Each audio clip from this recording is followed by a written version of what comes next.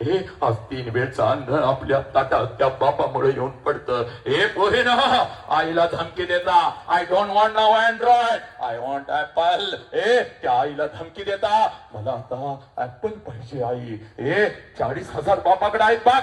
हे अजून 60,000 कमी पडते. उठतो बघ, हे कुठून तर 2%, 5%, 10% तुझा बाप कर्ज काढतो बघ पोरी. हे आणि दुसऱ्या दिवशी तुझ्या हातामध्ये आणून मोबाईल ठेवतो, आयफोन ठेवतो आणि याच मोबाईलच्या माध्यमातून, या सोशल मीडियाच्या माध्यमातून कोणतर नालायक हरामखोर तुमच्या आयुष्यामध्ये येतो. सगळं काही तुम्हाला खोटं सांगतो, सगळं खोटं सांगतो. हे तुझ्या आई बापाच्या तोंडावर तुला थुंकायला लावतो आणि पोरी हे तुझ्या आयुष्याचं मात्र करून तू घ्यायला लागतेस. का ग?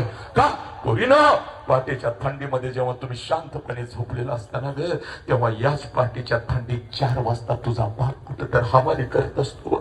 तुझा बाप कुठल्या तर शेतामध्ये पाणी पाजत असतो. कारण माझ्या लेकराला एक अँड्रॉइड मोबाईल घेऊन द्यायचा आहे, माझ्या लेकराला एक ब्रँडेड बूट घेऊन द्यायचा आहे. पोरा ऐक र पोरा, ऐक माझ्या लेकरा, आज आपल्या पायात जो ब्रँडेड बूट येतो ना रे, त्यासाठी तुझा बाप कितीतरी वेळा अनुमानी आणि फटकन चप्पल घालून फिरला, पण आपल्या लेकराच्या पायात मला ब्रँडेड. म्हणून आज तुझ्यासाठी मी उभा आहे. आज एक काम करायचं माझ्या लेकरानं, फक्त घड्याळीची 10 मिनिटं जास्त वेळ तुझा घेत नाही बाग. आज पळत जायचं बघ घरी. ए पोरा तुला सांगतोय बघ, तू वाघ आहेस बाग, इकडं बघ. मृत्यूच्या दारामध्ये तापलेल्या सळ्या संभाजीराजांच्या डोळ्यासमोर आल्या होत्या. पोरांनो ऐका, वाघात तुम्ही वाघ. अरे कोई तो आता है, तुम्ही बोलताय रमी खेलो, नहीं खेलने का है बॉस, नहीं खेलने का है. जो बाप कहता है वही करने का. सबसे बड़ा नायक हमारा बाप है. पुरानो ऐक जरा, सबसे बड़ा नायक ये पर्देवर का नायक है, पर्दे पे जो दिखता है वो झूठा है. हमारा असली नायक साला हमारा बाप है, और हमारा सबसे बड़ा गुंडा भी हमारा बाप है. साला बाप है तो सब कुछ है. माझ्या लेकरा ऐक, माझ्या पोरा, बघ ज्या वेळेला तुझा गाल असा काढायचा असतो बघ, विमल खाऊन आता तुझं तोंड उघडत नाही बघ पोरा, त्यावेळेला जे विमल गुटखा आणि व्यसनाची तुला सवय लावतात त्यांच्या कुत्र्याजवळ पण आपल्याला किंमत नसते. पण बाप स्वतःला विकतो आणि तुझ्यासाठी मृत्यूच्या दारात उभा राहतो बघ पोरा. ऐक ऐक माझ्या लेकरा, हात जोडून सांगतोय माझ्या वाघा. पोरा आज पळत जायचं बघ. आज आता आईला कुठला प्रश्न विचारायचा नाही. आज आईला कुठला प्रश्न विचारायचा नाही.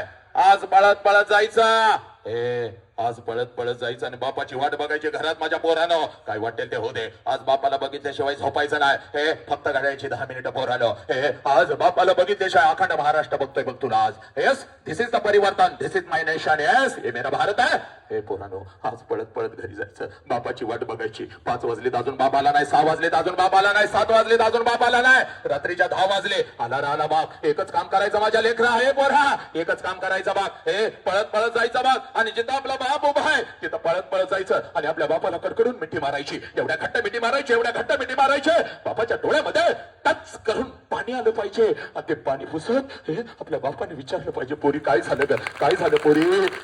शाळेमध्ये तुला कोण काय बोललं का, आई काय बोलली का, बाई काय बोलल्या का? त्यावेळेला आपल्या बापाला कडकडून मिठी मारत आपल्या बापाला म्हणायचं, पप्पा मला कोणी काही नाही बोललं, पप्पा मला आई काही नाही बोलली, मला बाई काही नाही बोलल्या, मला कोणी काही नाही बोललं. पप्पा जेव्हा मी 1 वर्षाचे होते ना पप्पा, तेव्हा रोज तुम्हाला मिठी मारत होती पप्पा, कारण तेव्हा मला माझा बाप कळत होता. पण आता पप्पा मला आई रागवली तर मी अंगणात येऊन उभी राहायची आणि जसं तुम्ही यायचा तुम्हाला कडकडून मिठी मारायची आणि आईची तक्रार मी तुमच्याकडे करायची. पप्पा आईनं मला मारलं पप्पा, तुम्ही मला उचलून घेत होता, मुझे हवे में ऐसा ही फेंक देते थे पप्पा.